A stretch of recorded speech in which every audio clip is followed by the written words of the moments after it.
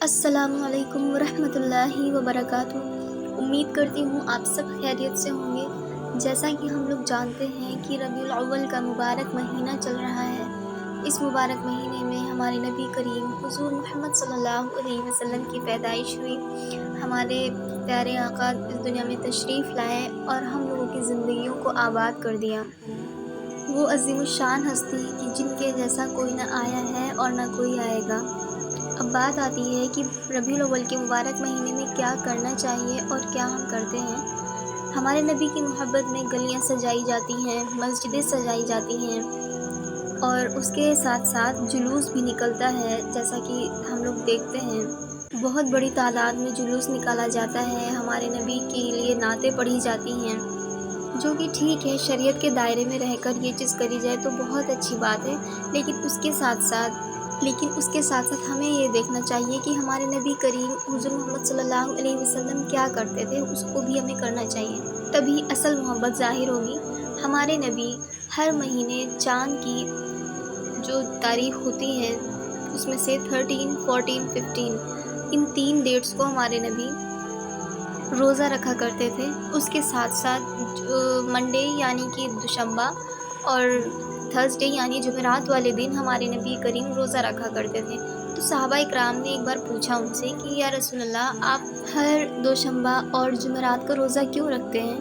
تو ہمارے آقا نے فرمایا کہ دوشنبے والے دن میری پیدائش ہوئی اور اسی دن مجھ پر پہلی وحی نازل ہوئی، اس لیے میں روزہ رکھتا ہوں، اور جمعرات والے دن میرے اعمال نامے اللہ کے سامنے پیش کیے جاتے ہیں، تو میں چاہتا ہوں کہ اللہ جب میرے اعمال نامے دیکھیں تو میں روزے کی حالت میں ہوں۔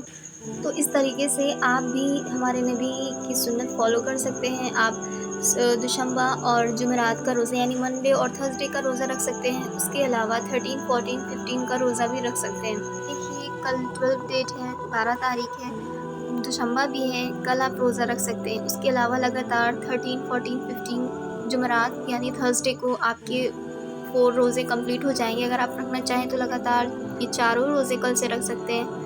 ان روزوں کا رکھنا ہمارے نبی کی سنت میں شامل ہو جائے گا۔ اگر آپ نہیں رکھ سکتے ہیں لگاتار تو آپ منڈے اور تھرسڈے کا بھی رکھ سکتے ہیں۔ اس کے علاوہ ہمیں ہمارے نبی کے لیے محفل میلاد کرنی ہے، یعنی کہ ہمارے نبی کی سیرت کے بارے میں لوگوں کو بتانا ہے، خود پڑھنا ہے، لوگوں کو بتانا ہے۔ جبھی بھی ربیع الاول کا مبارک مہینہ شروع ہوتا ہے اور خاص کر 12 ربیع الاول جو کہ بہت مشہور ہے، تو یہ دن آتا ہے تو ہم سب کے دلوں میں ایک الگ سا جوش پیدا ہو جاتا ہے۔ ہم ہمارے نبی کے لیے جلوس نکالتے ہیں، کی محبت کے لیے نعرے لگاتے ہیں، لیکن جو کام ہمیں کرنا چاہیے ایکچول میں وہ نہیں ہو پاتا ہے۔ ہمیں درود شریف کی کثرت کرنی چاہیے، جو کہ نہیں ہو پاتی ہے۔ درود شریف ہمارے نبی کو بہت پسند ہے، اللہ کو بہت پسند ہے۔ درود شریف جب بندہ پڑھتا ہے تو اللہ بہت خوش ہوتے ہیں۔ ہمیں درود شریف کی خوب کثرت کرنی ہے، زیادہ سے زیادہ درود شریف پڑھنی ہے۔ اس کے علاوہ ہمیں روزہ رکھنے کا اہتمام کرنا ہے۔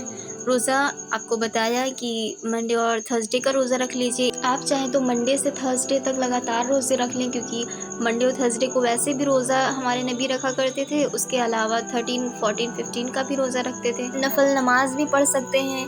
اس کے علاوہ کوئی خاص عبادت ہمارے نبی سے ثابت نہیں ہے 12 ربیع الاول کی۔ قرآن مجید پڑھیے اور زیادہ سے زیادہ درود شریف پڑھیے۔ اللہ سبحانہ وتعالیٰ سے دعا ہے کہ اللہ ہمیں روزہ رکھنے اور ہمارے نبی کے اوپر درود بھیجنے کی توفیق عطا کرے۔